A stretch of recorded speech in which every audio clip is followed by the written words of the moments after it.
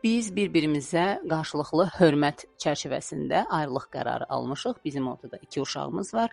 Bir-birimizə hörmət eləyirik və o mənim üçün hər zaman dəyərli olacaq.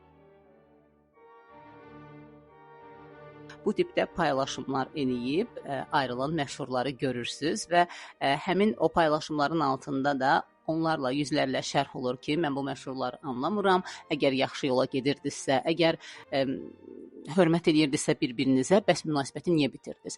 O şərhi yazan adamları qınamıram. Çünki gördüyümüz ayrılıqlar bu şəkildə deyil. Biz görürük ki, insanlar bir-birini qıraraq ayrılırlar, ortada uşağı manipulyasiya aləti kimi istifadə edirlər, bilmirlər ki, qarşı tərəfi nə edib qıcıqlandırsınlar ayrılarkən.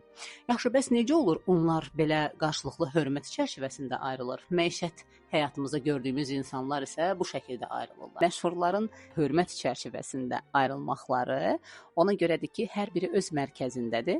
Daha yaxşı sosiallaşa bildikləri ayrı-ayrı çevrələri var və birgə zaman artıq onlar üçün keyfiyyətli keçmir. Belə olanda da fərqində olurlar ki, biz bir araya gələndə ailə olma anlayışından əsər-əlamət qalmır. Bir-birimizə hörmətimizi itirmədən ayrılsaq yaxşıdır. Bizim məişət həyatında gördüyümüz ayrılıqların bu qədər dərin, bu qədər toksik, bu qədər bir-birini yaralayaraqdan baş verməyinin də səbəbi bir tərəfin öz mərkəzində olmağı, digər tərəfin isə biz anlayışına ilişib qalmağı olur çox vaxt və təbii ki, içərisində mentalitetin yaratdığı o çətinliklər də mütləq ki var.